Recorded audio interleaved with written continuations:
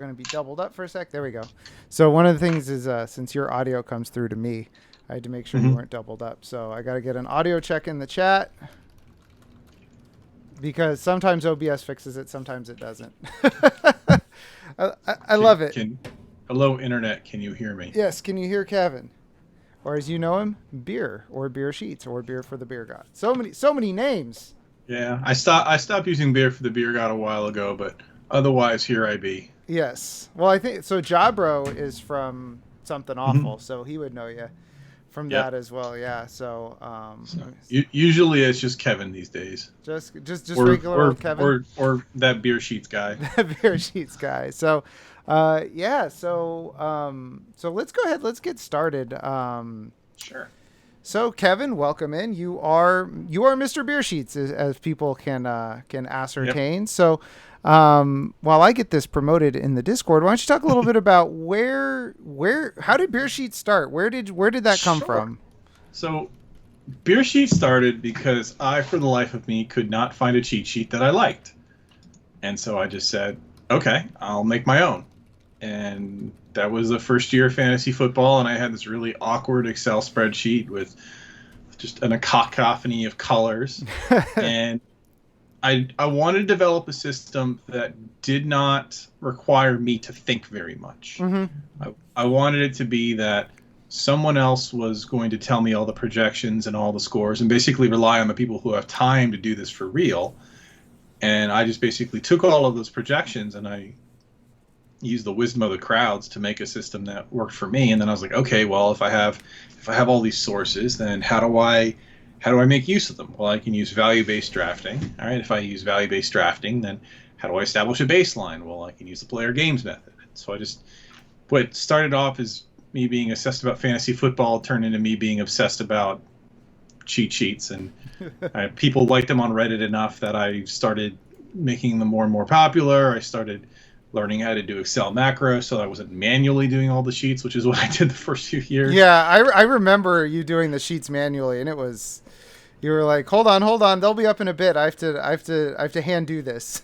Yes. And then 24 hours later, I fantasy football. Yeah. And then after that, it was me being assessed about fantasy learning Python, which was the big thing from last year, and that led me to just not only update things a lot more quickly, but also incorporate some really advanced features for speeding things up. So what could have taken like 24 hours with Excel macros takes about an hour with Python on just my personal PC. Yeah, we had some troubleshooting in the Discord earlier today, and you already fixed the sheet. And if you have it here, I'll do the same. If somebody's watching this and you have the same problem I had when I tried pulling up the sheet, clear your cache. If you don't see Patrick Mahomes, clear your cache. And that Control F5. Yep. So do you want to know what happened there? Yeah, I was going to ask you what happened there. So Football Guys is one of the sources I use. Mm-hmm. They have a ton of really good content, and I highly recommend folks take a look at them. 4for4 is another one, but Football Guys, they're one I use a lot, and they updated their site. Mm-hmm. They had a completely new image, completely new appearance, and as a result, my sheets I had to change the way that I pulled the source data from them, and when I thought I had fixed it, I didn't notice that I had cut off the first row, and that's why Patrick Mahomes wasn't on my sheet. So draft Patrick Mahomes. That's why he disappeared. Yeah, he's one. If you need Beersheets to tell you Patrick Mahomes is one, I think maybe fantasy football is not for you. Yes. I do not recommend that. Yeah, that's funny because back in the day, I tried to teach myself some Excel stuff and all these things, and I did it through baseball, and I was learning how to like scrape websites and stuff, and then I finally got it down pat where, I could, every day I would open the Excel spreadsheet, I could get updated stats, and, I'd have my own little, advanced stats that I was doing with them. And then MLB completely changed the back end, and I was like, well, I'm not smart enough to do this, so I guess I'm done, because that's just not how my brain works. So, So awesome. So thanks for joining us. And, Mike from the website said Patrick Mahomes is 3 for me. So sorry, Mike. I guess fantasy football is not for you. So So yeah, what we're gonna do today is a little bit of a draft here. You got a new beer sheet. You'll kind of walk us through the beer sheets, and then this is Yes. gonna go up on YouTube so that if somebody asks you, "Hey Kevin, how do I use this beer sheet?" Well, then they can look on this. then you can look All on right, this. so Beer You're in Sheets charge. 101. Yeah. All right, so Beer Sheets is a flexible fantasy football draft aid. What that means is that I have the ability to customize it to whatever league settings are needed. And this is helpful because a lot of times there are wackadoodle leagues that maybe have 4 running backs and 1 wide receiver or any type of interesting combinations. People have been doing leagues for years, and the standard systems out there don't necessarily meet it. So what you can do with this is you download the sheet, and you can either print it out and use it as a home league, which is what I usually do, or the Excel version has a couple extra features for additional formatting. So if I take a column next to a player and I put an X, it blacks it out. If I make a number, it will turn it yellow. And then down here, I have an N for no, I don't want them, and that'll highlight it red. And then a yes for ones that I want to target, like Terry McLaurin, who I love. Then we have green. I remember because we're both in Scott Fishbowl, so you were like, "Do I take Terry McLaurin?" Like my heart says Terry McLaurin, but the sheet says something else. Yeah, and I ended up following the sheet, which I don't feel bad about. No. Although I think Terry's going to be amazing this year. If the quarterback play works out, he's gonna be amazing, and it's gonna be so much fun to watch. I am a long-suffering Washington football fan, so positivity is new to me. This odd feeling of hope, I'm not used to it.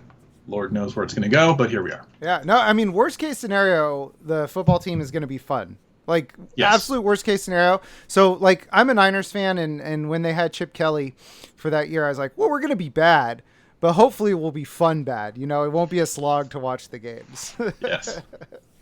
So we've had not fun bad in the old days. Yeah. With the swinging gate play, which I was at the stadium for that. Oh man, really? Yeah, my wife's family is all Giants fans, so we went, and we're up there miserable because the weather was just crap, and sure enough, the swinging gate play twice just showed the end of that particular coach's era. All right. So why don't we do this? Let me start the draft. So Yes. people can start drafting. We got a minute and a half timer. So I will go ahead if you want. I can pause it when it gets to you if you want to update the sheet, and see. But what the fun thing about beer sheets is you can see here is Kevin, you just updated, and it's just like it just blacks out the guys, and it instead of putting the line through it, what I like is it's gone. So you really don't think about it, and it really helps make values pop. Because there's a bunch of black lines, and then a guy, and then a bunch of black lines. You kind of think about it a little bit. So, all right. So off the board. So this is Superflex. So we got CMC, Cook, Mahomes, and Allen. So what are you're up now? So why don't you talk through what is the sheet telling you to do here? Sure. All right. I can do this in a minute and a half. Okay. The entire point of this is to do it quickly. So, First thing I want to look at is my values. Which positions have the most value? Where I have Lamar Jackson with an average of 13.6. I have Alvin Kamara with 12.1. The wide receivers are closer to 10, and Travis Kelce's down here with 11.5. Now, if you look here, you can see that all of these players that are shaded the same, if they're all white or if they're all gray, then they're in the same tier. The other thing to look at is ECR, expert consensus ranking, and then this one right here, positional scarcity. PS tells you what percentage of that particular position is left out. So the two highest values right now are Lamar Jackson at 13.6 and Alvin Kamara at 12.1. Mm-hmm. Lamar Jackson's got an 80% positional scarcity. Alvin Kamara's got an 82. So realistically, they're all pretty much within the same realm. So if I'm going to do a strict adherence to the sheet, I'm actually going to possibly look at Alvin Kamara because his ECR is slightly higher. But I live in Maryland, and I like Baltimore, so I'm going to pick Lamar Jackson. There you go. And no one can stop. So that you did all the explanation for me as to, well, let's see here. I was watching you instead of updating my sheet. So let me do this real quick. So Lamar Jackson, I mean, I'm going to say, do I have the right sheet? I believe, yes, I downloaded the same sheet. So we've got Kyler Murray 13.5, end of a tier, and Alvin Kamara is still 12.1. So I'm gonna go. Kyler's off the board. You're right. So then it's 12.2, 12.1. Dak versus Kamara. That's even more of a toss up. But this 82% positional scarcity, that tells me I should lean that way. Correct? No, if you want to go with the lower positional scarcity. So by going by the sheets, you want a quarterback. I probably should have done a big old wink to you. Be like, right, the bigger number is better. It's like, no. Sure, yeah. See, I like to assume competence in my league mates. Well, I like to assume my league mates all have Beersheets at this point. That is my family league. Every single person there uses them. Yeah, that's I was talking to my now brother-in-law about he's like, oh, you do fantasy football, blah blah blah. He's like, do you know about Beersheets? I was like, buddy, I know about Beersheets. So yeah, I guess while this is talking, in the past I've spread them out so that we could talk about the picks and stuff, but we'll wait for it to come back. So how's your Scott Fishbowl doing? We'll talk about that in the meantime. My Scott Fishbowl is doing great. Yeah. I am super happy with how my team is forming. Let me just update those real quick. Yeah, we're both trying to talk and update, make sure our sheets are updated at the same time. There is. I'm assuming competence is not necessarily the smartest thing around here, at least on my end. So while you're doing that, I tried to follow the sheet today, and I think I told you I screwed up my queue, and I accidentally drafted Trey Sermon instead of Jared Goff, and I think it might have crushed me a little bit. I don't know if it crushed you. It might have worked out in your favor. Well, I need a third quarterback. Now I'm saying, I'm praying Taysom Hill gets back to me. Oh, there's that. That's an unenviable position to be in. So, what round are you guys in? I've made 6 picks. 6 picks. Oh, so you're in 7. Okay. Right. Yeah. I'm sorry. I've made 7 picks. I can do math. Exactly the kind of thing you want to hear from someone who's like doing these sheets. Yeah, exactly. I have, let me see. I've got Rodgers and Wentz as my quarterbacks, Henry and Mixon as my running backs, Moore and Woods as my wide receivers, and I have Mark Andrews. So I've got a pretty balanced approach. Yeah. I'm going straight maximum value. That's a pretty balanced draft. We're in round 11 now, so I'm starting to really start to panic because I'm afraid things are going to shake apart. But the sheet kind of Taylor Heineke. Yeah. Get yourself a Heineke. Go ahead. Don't worry about the sheets. Here's the thing. Once you get into the double digit, hell space, just follow your heart, and your heart needs to lead you to Taylor Heineke. It's a Heineke. Because there is a non-zero chance that he could be the starting quarterback for the Washington football team. What would make that happen? How would that happen? That's what I want to know. Ryan Fitzpatrick being old. The Fitzpatrick cycle playing out in kind of reverse, I guess. Or just the Fitzpatrick cycle playing out in preseason. I mean, Heineke's not terrible, or at least he's shown a little bit of it. And heaven knows what happens in the preseason. But it's entirely possible, and that's why I grabbed him in one of my dynasty leagues, because he's free. Yeah, I mean, if you're, if you're in a 2 quarterback league, I mean, guys like Tyler Heineke, those are the guys that you can spend a little bit now and kind of stash him on your roster, or spend a whole lot later if he gets named the starter. So, oh yeah. So maybe I will spend a pick on Tyler Heineke later, just for you, just to reward you giving me the hot tip. And I mean, Heineke was pretty good the one time we saw him nationally in the playoffs. I mean, he hasn't had much of a chance. I mean, I think he was undrafted, and I just it'll be interesting to see what happens. Hey, you're up. I am up. So okay, so we've got let's see, Russell Wilson is off the board. Then we have the awkward thing of this whole Aaron Rodgers situation, assuming that he's going to play. I mean, he seems to be the best value by far. I've got on my board, I've got Eckler at 9.6. I've got Adams at 10.4 and Rodgers at 11.2. So that's not even close. So since I don't have to panic and worry about if he plays or not, I'll go Rodgers there. That was in Scott Fishbowl. I had the choice between Rodgers and Tom Brady, and I was really like, well, gonna die if Aaron Rodgers doesn't play, which I think he does play, but also I'm worried he doesn't. So I was like, all right, I'll go Tom Brady there. So what are you looking at So here? I'm actually going to zig a bit out of the sheets. Okay. I'm not really huge on Tom Brady, and I'm not really huge on any of the other quarterbacks that are in that tier. Mm-hmm. So I'm actually going to go with Travis Kelce. He's a pretty reliable source, especially in PPR. Mm-hmm. And I think there's going to be plenty of value in the quarterback position later on in the draft, especially in like the 5th, 6th, 7th rounds. Yeah. And this way, I don't have to worry about the tight end position. It's done. I can move on with my life. Yeah, I had 4 in Scott Fishbowl, and I was hemming and hawing between Kelsey and I believe either Lamar Jackson or Kyler Murray. And I feel so much better about my team just having the tight end just marked off. Mm-hmm. Just be like, especially all right. in a tight end premium league where there's points per first down. Yeah. So I'm very happy that I and you know what actually gave me the push to do it was the sheet. I was like, okay, my heart tells me this, the sheet tells me this. I'm going to go with it. And that was David Montgomery. I was like, do I really want to do this? And then the sheet said so. So it's you can do like Kevin did, where you kind of stray from the sheet, but use it as like a centering thing, or you can just use it to guide your draft. Or you can decide the sheet is useless and do your own thing. Well, I'm not going to be offended. The couple rounds where I was like, you know what, I don't like what the sheet is telling me. That's when I made my pick, and I went, God, I'm not sure if I like that pick. Because I regret my life choices. Yeah, I regret my choices because I strayed from it, and I took I reached on, who did I reach on here? I reached on, I think, Brandon Cooks instead of taking Chase Edmonds, which in this sheet they have relatively the same value, but I believe in the other sheet it was kind of different. And I was like, I did it, and I was like, I'm not sure if I like this value. Like I was just immediately like, oh man.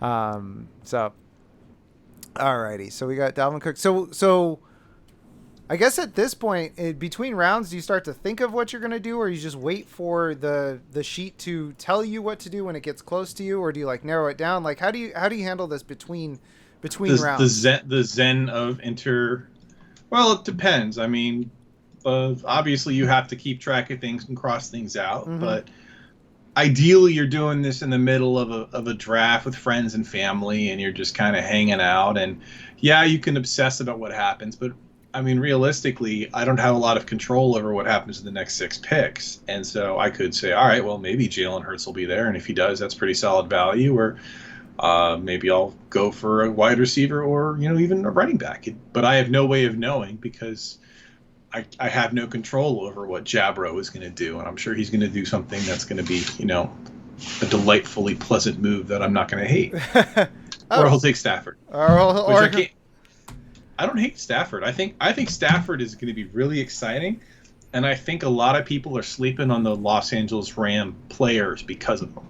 Yeah, there's like this thing where because of the uncertainty surrounding a new quarterback, people are like they're sleeping on your Robert Woods and Cooper Kupps, but it's like that he's better than Jared Goff, right? Worst case scenario, he's Jared Goff, right? So it's like. I'm really digging the Rams offense, which is hard for me to say as a Niners fan. I hope their defense takes a dive so that we have a chance to do this. And I realized that I've been sharing my OBS screen with you this whole time instead of showing you me doing active listening. So yeah. So you mentioned this whole time, your kind of reason for doing all this was the sheets, but then there's also this robotics team that you've really been working to raise money for. So, for years, I am a mentor of first robotics competition team 3650, the Robo Raptors. Nice. It's a team out of Charles County, Maryland. It's got kids from all over the county, and they're wonderful. They're wonderful students, and it's a real inspiration to work with them. I'm also the lead robot inspector for this tri-state area, so my background's engineering, so I do a lot of fun things with them. And so I've been using Beersheets as a way of raising money for them to kind of help pay for things that may not necessarily be easy to get, like new computers or or some other or other things of that nature. We used the money to buy power cabinets, actually rolling cabinets. So and that helped a lot. That's awesome. But I think, yeah, I mean, it's been a really fun, positive experience, and I've been just super happy and super enthused about it. All right, it is my turn. There you go. Keeping track of everything, and my options are basically looking at around 9 points of value. I could get Joe Burrow, who is around 9.3 points, but he's in this giant tier that goes all the way from Joe Burrow down to Trevor Lawrence. So these guys all kind of overlap now, which means that if I look at the scope of projections, the range of it, and right now I've got 17 sources, they kind of go so wide that I could pretty much that they could kind of all fall within that. So I'm going to actually think, okay, I'm pretty good in the quarterback position, and so I'm going to look over here at wide receiver, and I am going to lock in on Calvin Ridley. Ooh. Very, very, very high rating. I think he has the potential to be the wide receiver 1 this year, and depending on how the team falls out. And so locking him up right there makes life pretty easy for me. Yeah, that's a nice start you got there. Jackson, Kelsey, Ridley. You did incidentally fell into 0 RB, at least to start. Almost. Yeah, you're on your way to it. So I was thinking you were going to go with DeAndre Hopkins there, but you zigged a little bit on the sheet. Just so that's a good thing to tell people. If the sheet can give you a short list, but go with your gut. So, and if you look at the sheet, I mean, Hopkins and Ridley, they're in the same tier. They're shaded the same color.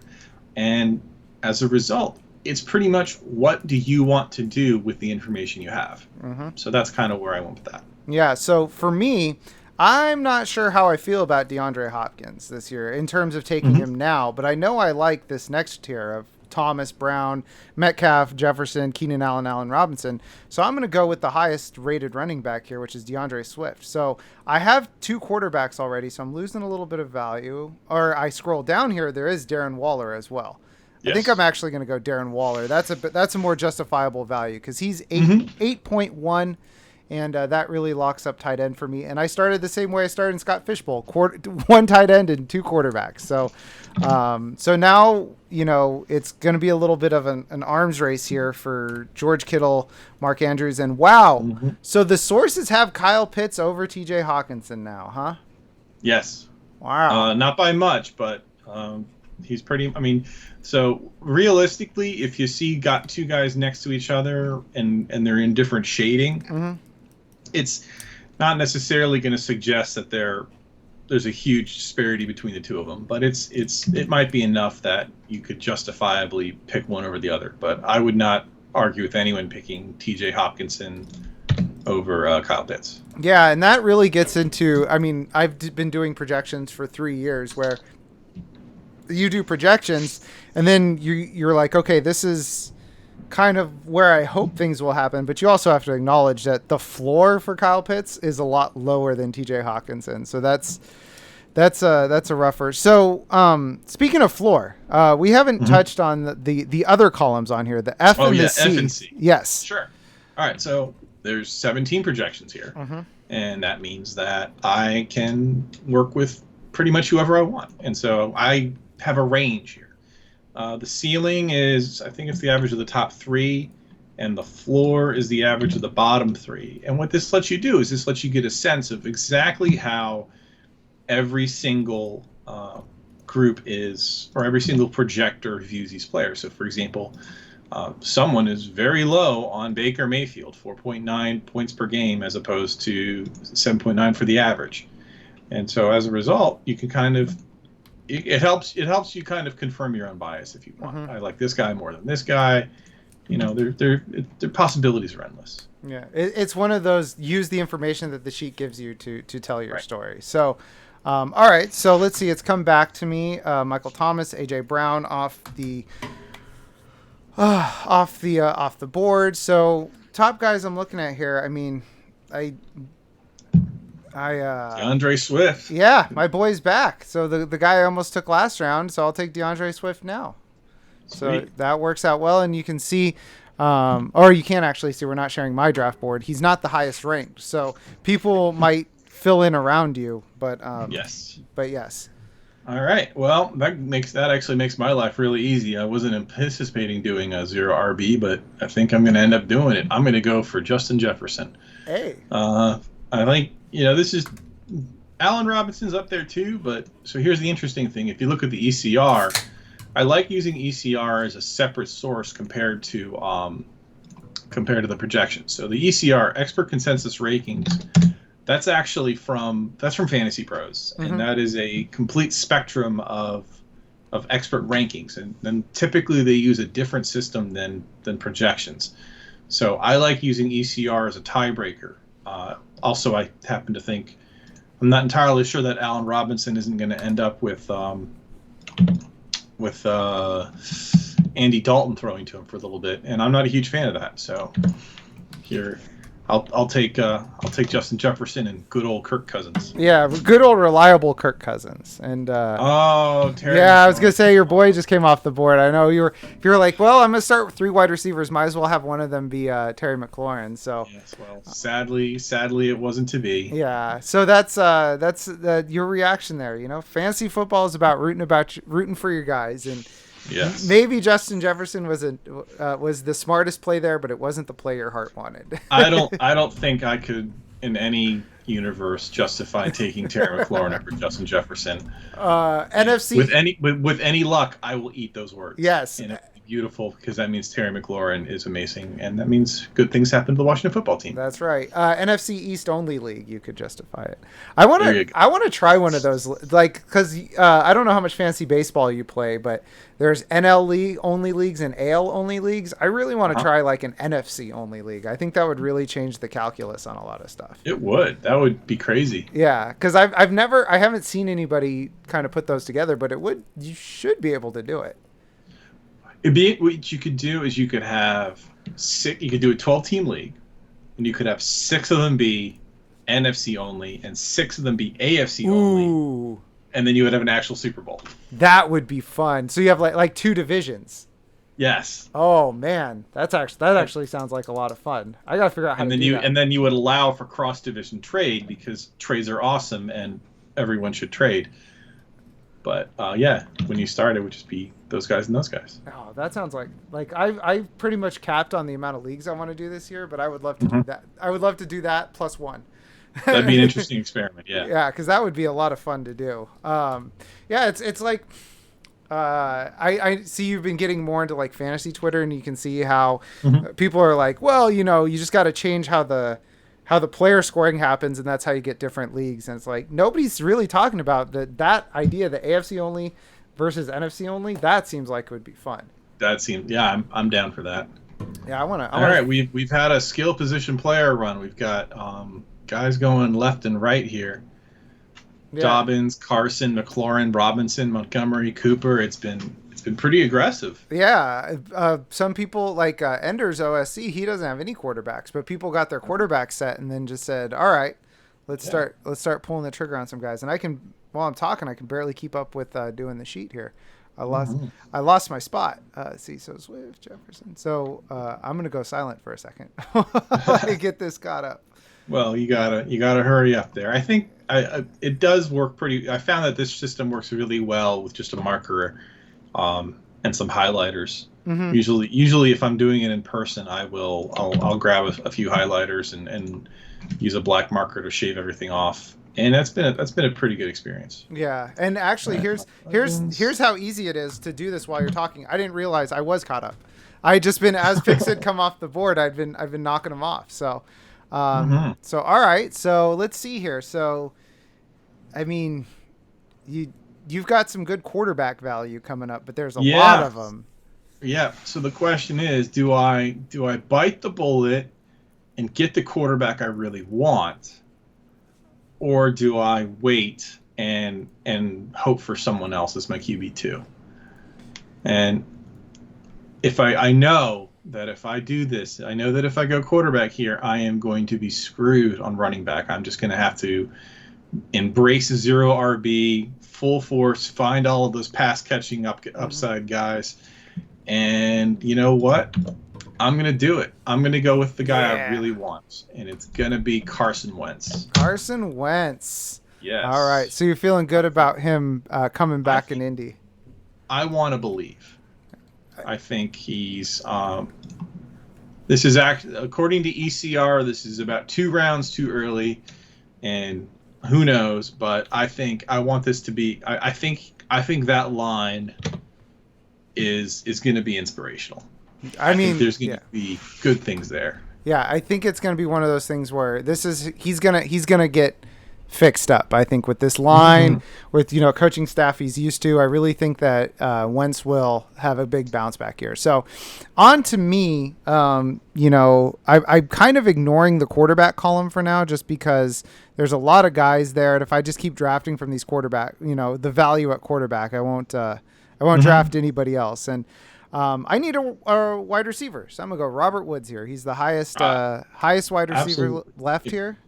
If I wasn't picking up Wentz, I would have grabbed Robert Woods. Yeah, and I think he's a perfect fit. I'm a big fan of Robert Woods. You can see his ECR is 505. I mean, you can really kind of confirm whatever priors you want on this. And one addition I love is the bye weeks, even though I don't pay attention to them. It is, you just got to do a quick glance at them before you take your guys. And there goes Trevor Lawrence. Yeah. All right. So how do you feel about Trevor Lawrence this year? We'll talk about that. I am terrified of the Urban Meyers experience. Yeah. I'm not sure what to make of it. That man is a honey badger. He does not care. He gives no you-know-whats. Exactly. Yeah. It's one of those things where it's like you listen to him talk and people are like, there's no way that ETN starts the year as a third down back. And then you hear him talking, you're like, oh, maybe ETN might start the year as a third down back because he's yeah, it's like, oh, that's why would you draft him for that? Yeah, I don't think he knows like NFL level evaluation, like how to do it. Like he's so used to being like, I want that player, get me that player, do what it takes to get that player. Ryan Fitzmagic. Wow, that is a little early, but I don't hate it. It's they may in a bit, yeah. but I don't hate it. You're gonna get that Tyler Heineke late, just soak up that value. Let's see, Kareem Hunt went off the board, Myles Gaskin, and this. What do you do? What do I do? Well, let's see here. So I got, man. So again, I'm ignoring quarterback because I have 2. You're good there, huh? This is a good example of why mock drafting is so important. Yeah. Because yes, you followed the sheets and you got the value early on, but now you realize, having gotten later on the leagues, reality doesn't necessarily match up with what the sheets are telling you, and you could have waited a little bit. Yeah. So this is one of the reasons why I'm such a huge advocate for mock drafting and making sure that you're following that pretty well. Yeah, and following, because I want to slam the draft Kirk Cousins button, but We've got 30 seconds to draft someone. I can't in good faith do that. So I'm not a big Godwin or Lockett fan here, and the drop down is too much to Jamar Chase. So I'll go with Mike Davis. All right. I'll go with what? Saquads 2.0. I love it because that means that I can pick up Gaskins. Gaskin went the pick before. I would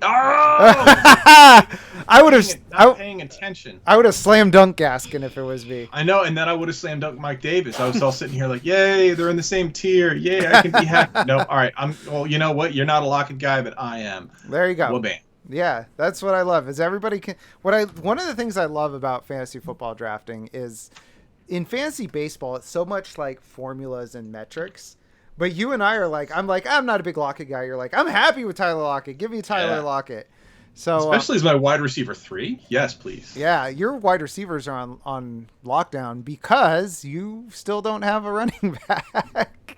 Well, that is the nature of this system. Yeah, it's not called some RB. It's called 0 RB. So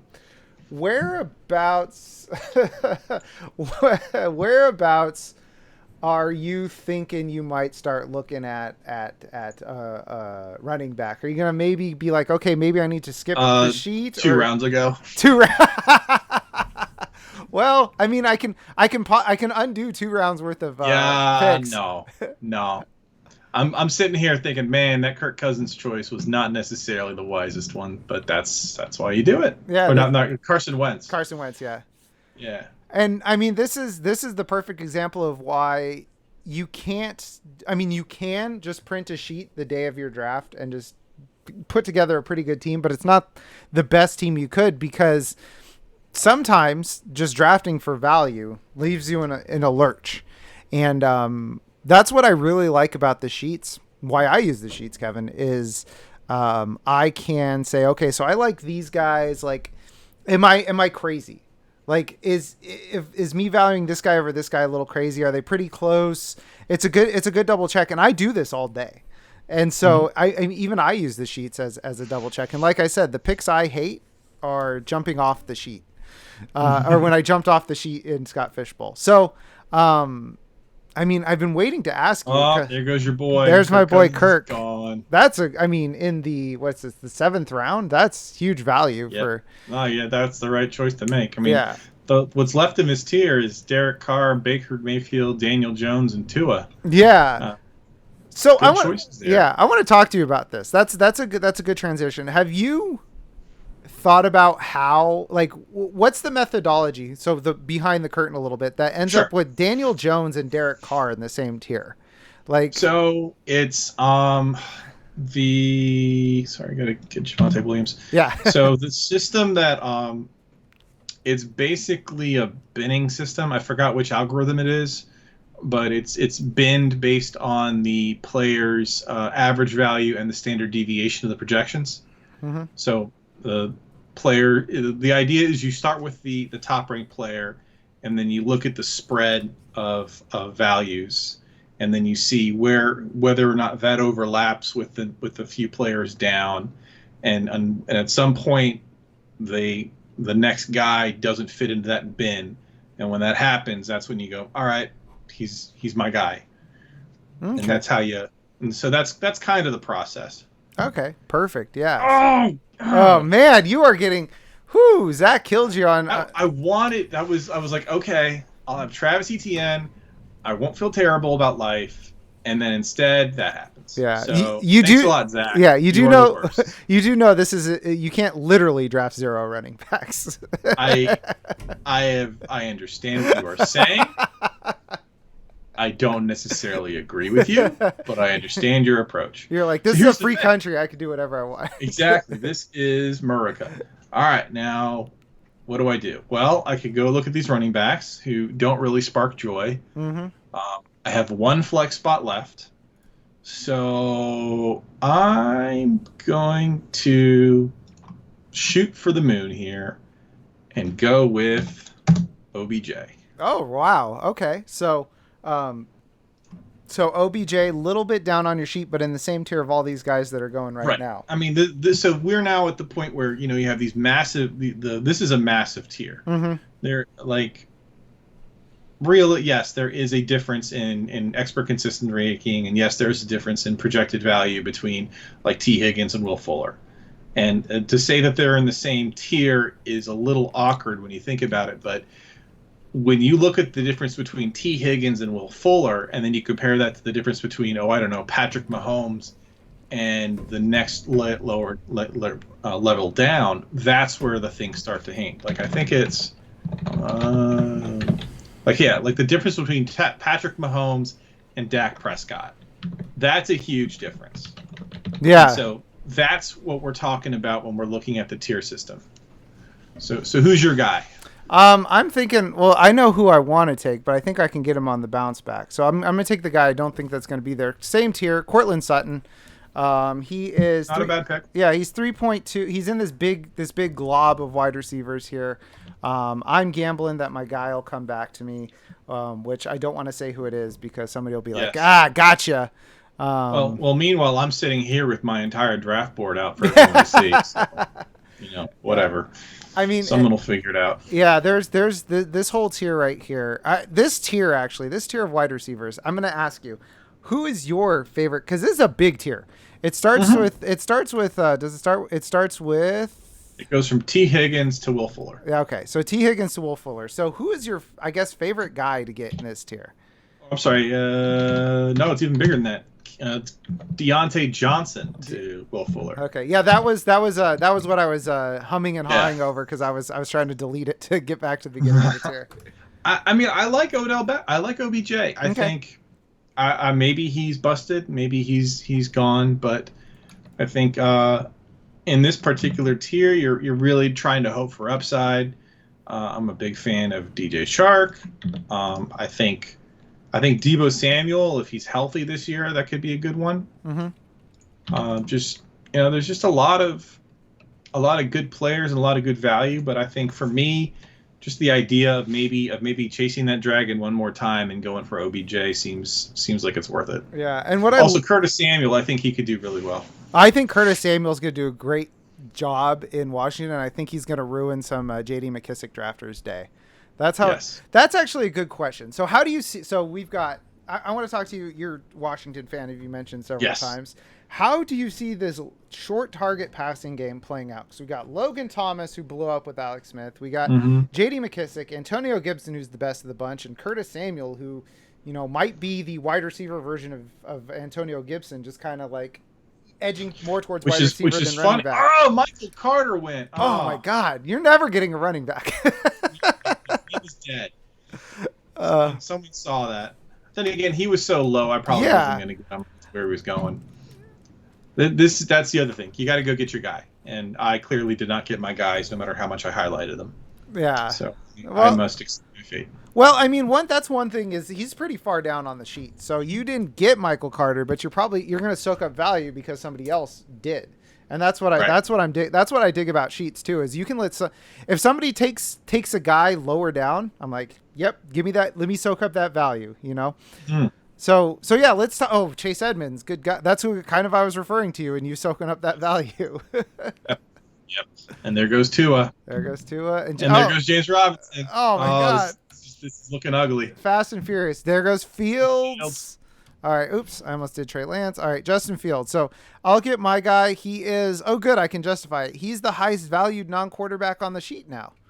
Brandon Cooks. I'm getting Brandon Cooks wherever I can. And that's what I was going to... someone took... Okay, yeah.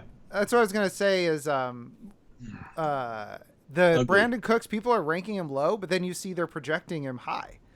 I mean, he's projected in the same tier as Cortland Sutton and Deontay Johnson, whereas people are ranking him in the mid-30s. So, all right, this is unpleasant land. Which old and busted running back do I grab first? I'm a James Conner fan, but I'm like the last James Conner fan on earth. I like him. I like his upside. Maybe Raheem Mostert, maybe David Johnson. Who knows? Yeah. I mean, Houston is such a disaster that there's no way of knowing what's going on in there. Except clearly, Brandon I need Cooks. to get a running back because I do not need more wide receivers in my life. Yes. I am feeling perfectly comfortable there. So I'm gonna go with the ECR. I'm gonna follow the consensus and pick me up a Raheem Mostert. And you know what? In a mock draft, you can't go wrong with Raheem Mostert because you go, well, maybe this is the year that he'll stay healthy. Right. In a mock, that's what mock's for. I think I would have been happier if I had gotten a high upside running back instead of Kelsey. I think that's where or if I had waited on Wentz and grabbed a running back there, I think I would have been a little happier. But that's the nature of the beast. That is the nature of the beast. That's what I like doing is I go, okay, if I hadn't, when I'm doing a mock draft, I'm not just doing the mock draft and sitting waiting. I'm saying, okay, if I don't like this, like if I had not taken Kelsey, I could have taken Eckler or Najee Harris there. And then, I probably would like my team a little bit more. And that's me talking as you. That is a perfect way to look at it. I don't necessarily look ahead. Yeah. But I look behind so much. Yeah. And that's how you learn. I will regret a pick immediately after taking it. Oh. And hate myself a little more because of it. That's me with every pick in an auction. Every pick in an auction, I'm like, oh my God, I overspent for that guy. Why did I do that? Oh, hey, how are the sheets working for auction? You liking them there? I have not tried them yet. I don't do the auction, but I do pull them up for my weird drafts every year, but I just haven't put that in yet. But I don't do the auctions in the snake or in the off season. I only have one or two, but I'm sure they're good. I'll ask Evan when he's in, but Evan's got some family stuff he's dealing with. Yeah. I'm such a fan of auctions. I don't get to do them very much because my family league is strictly snake draft. And there goes Connor. Terminator is gone. Boy. It's okay. You're going to get stuck with Leonard Fournette and Melvin Gordon. Oh, never mind. Spoke too soon. Yeah, I was going to say, sure. Yeah. As people who listen into this make their draft picks. That's true. That was bad. Someone knows what I need. Yeah. So, so let's talk about the auction draft, but you don't get a chance to do it too much because friends and family leagues don't really like it. Which is a shame. Yeah. Because nothing brings more fun and causes more pain than an auction draft. Oh, yeah. I love them. My home league, 1 has insane settings. 2 is an auction draft. And it is the most fun I have every single year. Oh, yeah. It's the best draft. I feel like my family league could pull it off eventually, but they need to be eased into it. There's definitely some opportunities there, and because it's a true family league. I mean, it's everything from my wife, who's amazing, to my brother-in-law or my sister-in-law. Tyler Boyd just went. There goes Zach Moss. Just stab me in the back, why don't you? And I think it's even my mother-in-law. Oh, wow. Who is not the most fantasy savvy on the planet, but every year she gets better. And it's a little disturbing. Oh. Because she made it to the championship this year, and I did not, and so the shame is there. But I think my favorite thing about the family league is the way we have these little rules. All right, I cannot recall the last time that I was particularly enthused about David Johnson, but I guess I'll be enthused about David Johnson. Hey, it's better than nothing. It's better than Melvin Gordon. Yeah. So what little rules do you have? What we have the Tebow rule. Okay. Karen, my mother-in-law Karen had for years just adored Tim Tebow because he was a good boy, and it turns out like every single person who talks about Tim Tebow says he's the most amazing person on the planet, like genuinely nice human being. So we had a Tebow rule, which was that Karen's team always had Tim Tebow. Nice. She didn't have to draft for him. She didn't need a spot for him. But no matter what, Tim Tebow would always be there for her because she was there for him. Oh. And now all of a sudden, Tim Tebow's alive and tight end for the Jacksonville Jaguars. And I am telling you, draft Tim Tebow the last spot in your league because there's a non-zero chance he could be a quarterback, and then you have a tight end as a quarterback. Oh, man. That's true. Yes, because Urban Meyer does not care. Yeah. So who are you going for? I'm going with Homer pick here for my 4th wide receiver. I'll go Debo. What do you think of him? Where do you think he is in terms of his recovery and his possibilities? Well, I've been watching a lot of Debo like hype videos, and he has a lot of he's doing well in the offseason. He's not overtraining himself like he did last year, I think. And his type of foot injury, it really takes kind of a long time to heal, and I think that's why he had the re-injuries last year, and then he had the cascading lower body injuries. I actually prefer Debo to Ayuk because I think Debo's going to get a lot more varied touches, and I think that if there's a George Kittle game, he's less likely to get swallowed up than Ayuk. That's kind of my take on it. Whereas Ayuk got a couple sweeps here and there, but those weren't his game. And those are key parts of Debo's game. So I think he's getting a little overdrafted right now, but I couldn't pass on him in the ninth round. So that reminds me, I started to talk about it and then we got distracted. Let's talk about this Washington's short area. Yes. Because I think that there's going to be a lot of draft picks that hinge on how that shakes out. So Curtis Samuel, Antonio Gibson, J.D. McKissick, and Logan Thomas, just to recap. So right. I think I'm enthusiastic about Logan Thomas. Yeah. I think he's a big body. He's really done wonderful things. He knows what he's doing. I think there could be a lot of good opportunities there. Oh, this is what I get for highlighting Trey Sermon. Oh, you had him highlighted on here. Yes. So that's one of the other things is maybe during the times you draft, if you do want to think ahead, maybe spend a few moments All right, where the heck is Jarvis Landry? Oh, there he is. And Sam Darnold. Bye, Sam Darnold. Oh darn, Sam Darnold. I'm excited by Sam Darnold. I want to believe. You want to believe? Mike's quarterback room is Derek Carr and Sam Darnold. That's uninspiring. Oh, it's me. It's me. Yeah. So why don't you talk about it and then lead into your pick while I make mine, and then we'll talk about mine really quick. Talking about the short game. So yeah, I think Logan Thomas is a big body weapon. I think he's going to be an integral part to it. Curtis Samuel, I'm not sure what they're going to do with him. I think there are so many mouths to feed, and it's really going to depend on what Fitzmagic wants to do with it.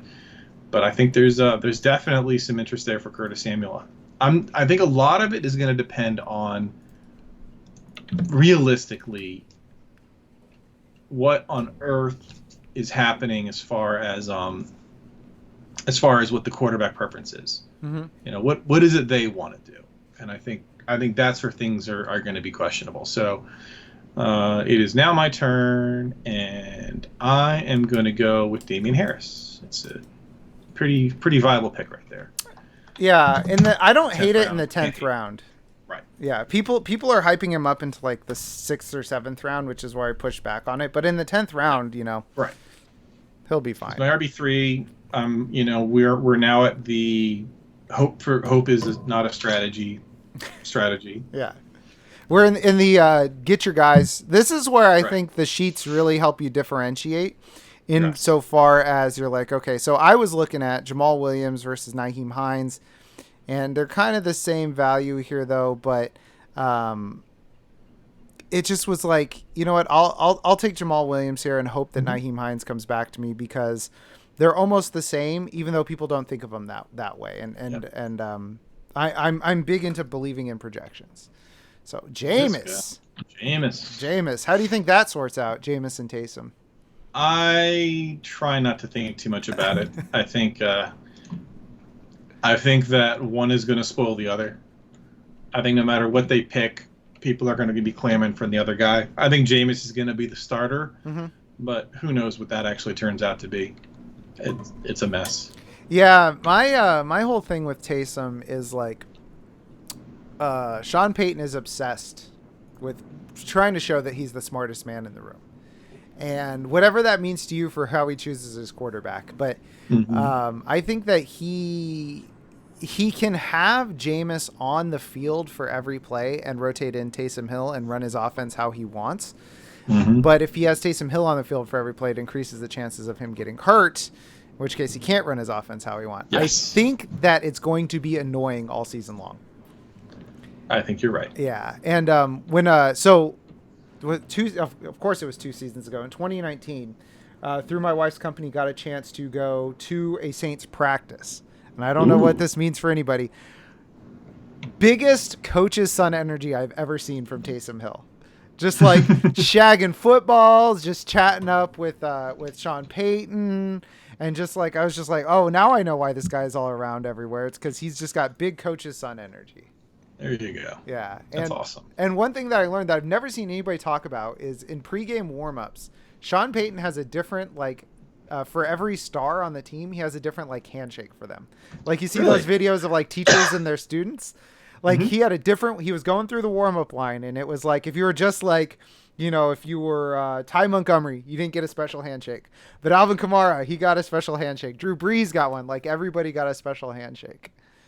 So there goes Hollywood Brown. What do you think's going to happen in Baltimore? In Baltimore, I did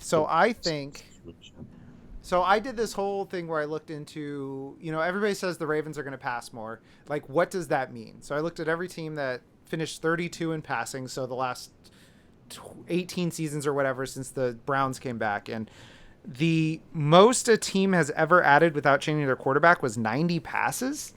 And that was the Seahawks adding DK Metcalf. I don't think Rashad Bateman is DK Metcalf, but I do think they'll pass more, and I think, unfortunately, that'll take away from Hollywood Brown. I think Rashad Bateman has decent PPR sleeper appeal.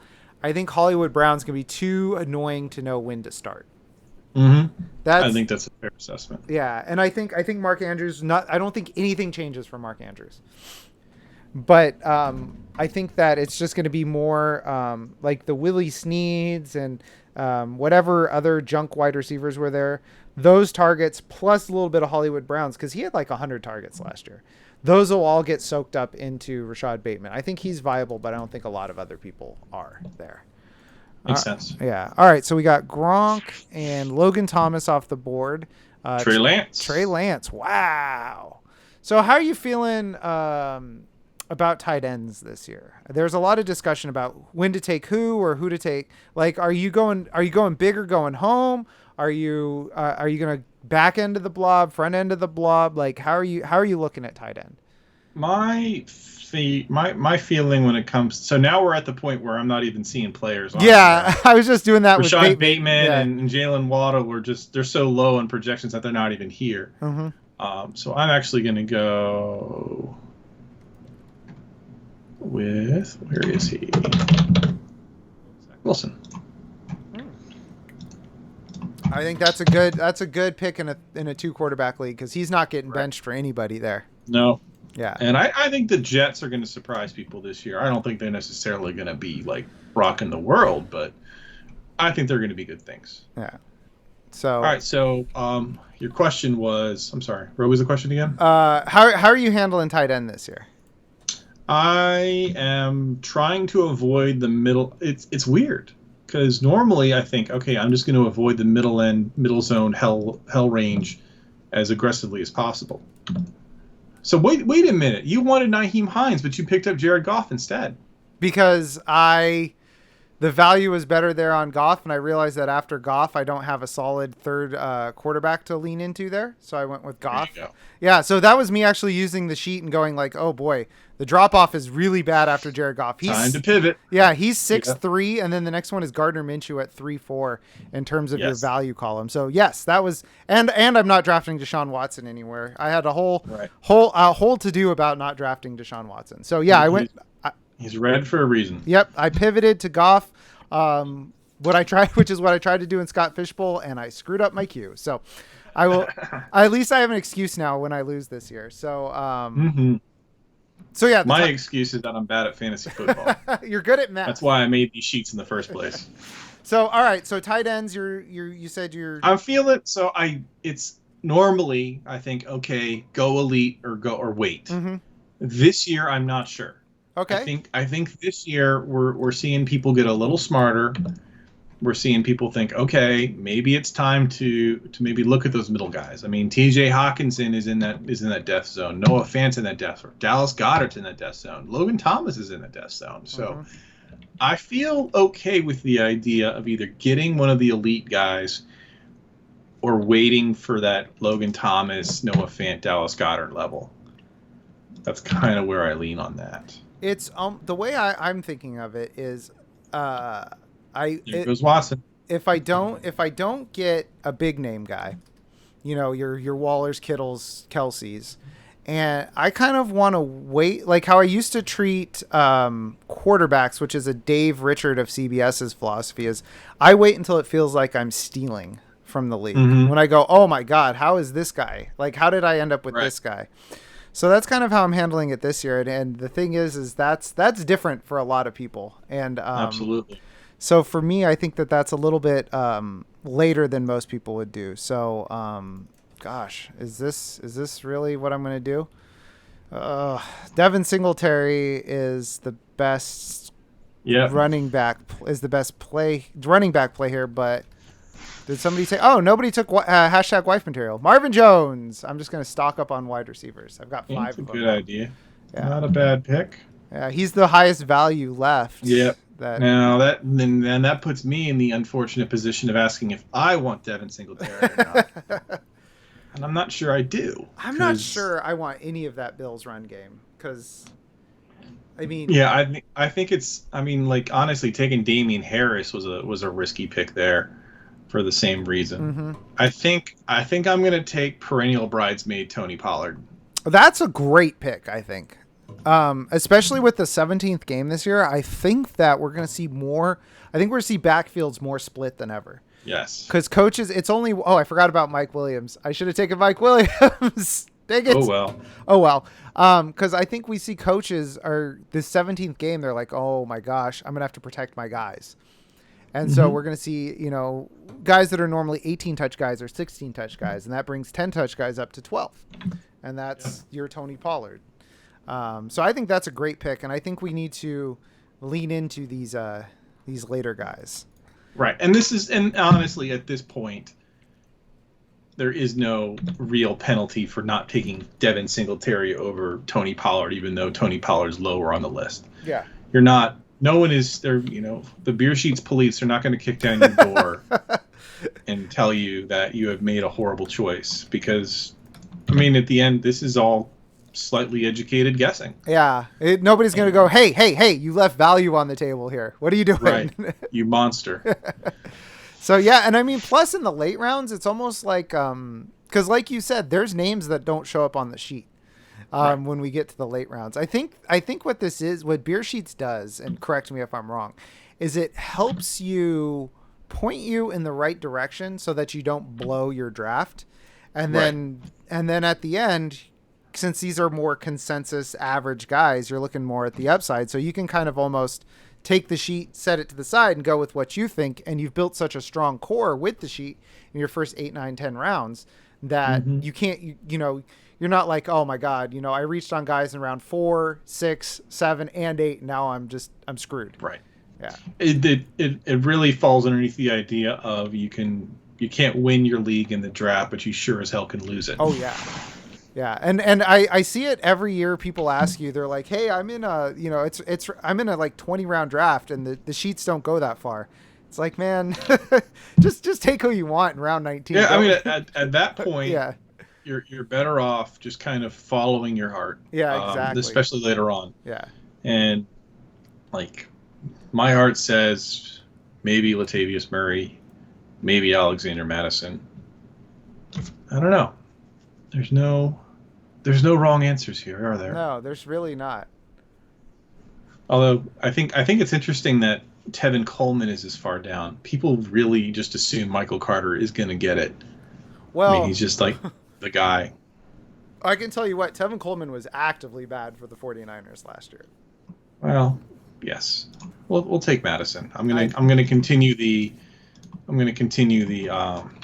Bridesmaid World Tour. There you go. And I am gonna go. He's not Devin Singletary, who did he come off the board? Nope. No, just nobody's gonna draft Devin Singletary, no matter how good of a value he is. But I'm really digging James White. I feel like once Mac Jones takes over, it's going to be a situation where we're going to see the offense look a lot more like a really bad version of when Tom Brady was running it. Mm-hmm. And that means a lot more dump offs to James White. And in a full PPR, it's round 13. He was like running back 45 last year in a worst case scenario. So, right. What are you going to do? The honest answer is you're going to drop one of these players like a bad habit. Oh yeah, absolutely. It's the end. Yeah, absolutely. How long do you give guys? That's a question that I've been meaning to ask people. How long do you give guys before you kick them off your roster? Do you not pick anybody up in the first couple of weeks, or how do you usually do that? Oh no, I have made roster moves before week 1. I forgot who I dropped for James Robinson, but I dropped someone for James Robinson. Like, I think it was 3 hours after the draft, I grabbed James Robinson. Wow, really? Yeah. Like, we drafted on a Monday, and that night it said James Robinson, and I just snagged him off the waiver wire. Because who would I rather have? This no-name guy who's listed as a starting running back, or the high upside 4th-string wide receiver for a team I don't even remember? Like, that's the kind of thing where you look at and you're like, no, I don't care. I'm just going to do this the right way. Yeah, and that's kind of the argument against taking a Devin Singletary this late. Is like, what are the like? I like to get guys late that I'm going to know what their situation is almost immediately. Yeah. Like almost immediately, I'm going to know if, for example, the guy that went right after me, Russell Gage. I'm going to know almost immediately what this offense is going to look like. I'm going to know if it's all Kyle Pitts and Calvin Ridley and Mike Davis and Russell Gage is left out in the cold, I can get rid of them. But the guys at the end of your draft, I like to, again, I'm just standing on the shoulder of giants. It's a strategy I stole from fantasy baseball, which is the number of rounds from the end of the draft. That's how many weeks you give the guy to get his act together. And, 15 rounds, you get, your higher up guys, you give them roughly that much time, roughly 8 weeks to get your 7th round pick, get his act together. But your 14th round pick gets like 2 weeks, and then he's done. And then, you gotta stay water. You gotta be willing to cut guys. If a better option comes around. So I am going to get a guy who's not even on the sheet, so you don't even have to worry about hitting a button. Gabe Davis. I think Gabe Davis is one of those guys who will know his role almost right away. Well, in honor of players that I will cut immediately, Rashad Penny. There you go. I actually don't mind a Rashad Penny late pick because when he's played, he's been good. Yeah. It's just that's and since I am playing 0 RB, I have my 4 stud wide receivers. I need to have running backs and running back options, and that's exactly what I do there. Now, if I had more room, because let's be honest here, 14 picks in a Superflex league is a bit narrow, then I'd be starting to look at players like Jalen Reagor, who was just taken. Elijah Moore would be one that I'd be really interested in. Yeah. Who else are you looking at? Like, I'm really big on Elijah Moore. I like the Jalen Reagor. I'm trying to look down the list of other guys here. Paris Campbell, I think, is going to be interesting. I think he's got upside there. Rashad Perryman, if he can capitalize on the situation in Detroit. If he has the talent, he could be pretty viable. Amari Rodgers might be interesting.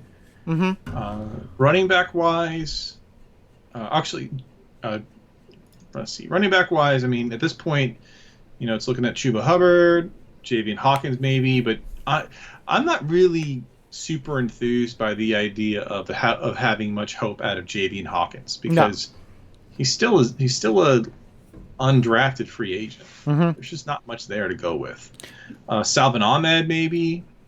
Yeah, so on the Hawkins front, and while we're talking late guys, you bring up Salvin Ahmed, Jared Dokes or Hawkins. Like, how do you feel about those situations? Because they're both kind of like guys ahead of them aren't guys we really know if we believe in them yet. Mike Davis and Myles Gaskin, and then they're kind of the same situation. One was drafted, one wasn't.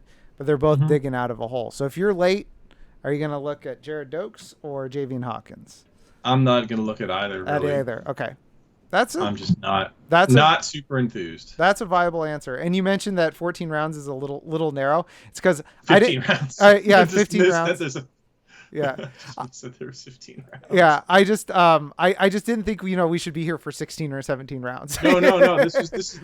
That was not a criticism of your selection. I think you've done a solid there. Yeah. I think my favorite thing is looking at a player and then going, oh, Chuba Hubbard, that might not be, and he's gone. Yeah. As you go to the best one was I went to go, and Scott Fish, we keep talking about, but I went to go put a guy in my queue and I was like, why did this error? And then I refreshed it. Somebody took him while I was putting him in my queue. And I was like, that's the worst. Yeah. You're like, all right, well, I guess it was a good pick.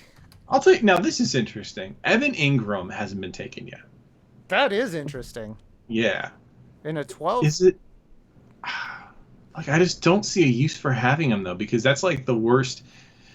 Like, that's a good example. We're talking about a low upside, what's really going to happen there kind of situation. I think I'm going to go with Jamison Crowder. I like I like what he does. I think he could be a target magnet. And I think and then of course I see that Paris Campbell is sitting right there because I don't pay attention to things. All right. Well, I'll do that. I'll make you happy. I'll make sure Paris Campbell goes to at least one person on the live stream. There we go. So I'll take Paris Campbell. There you go. For $2 million a year, you too can have. All right. So then Troutman and Andrew Luck. Oh, Colts fan. Mike, he's just trolling the draft, Andrew Luck. He's praying for the dream. Oh man, that's right. I saw Jamal Charles is still in the sleeper system. That's who I was going to take with my last pick. I just hope to dream. So oh, you know who I didn't take, who I was supposed to? Who's that? Heineke. Oh yeah. We hyped up Heineke at the beginning and yeah.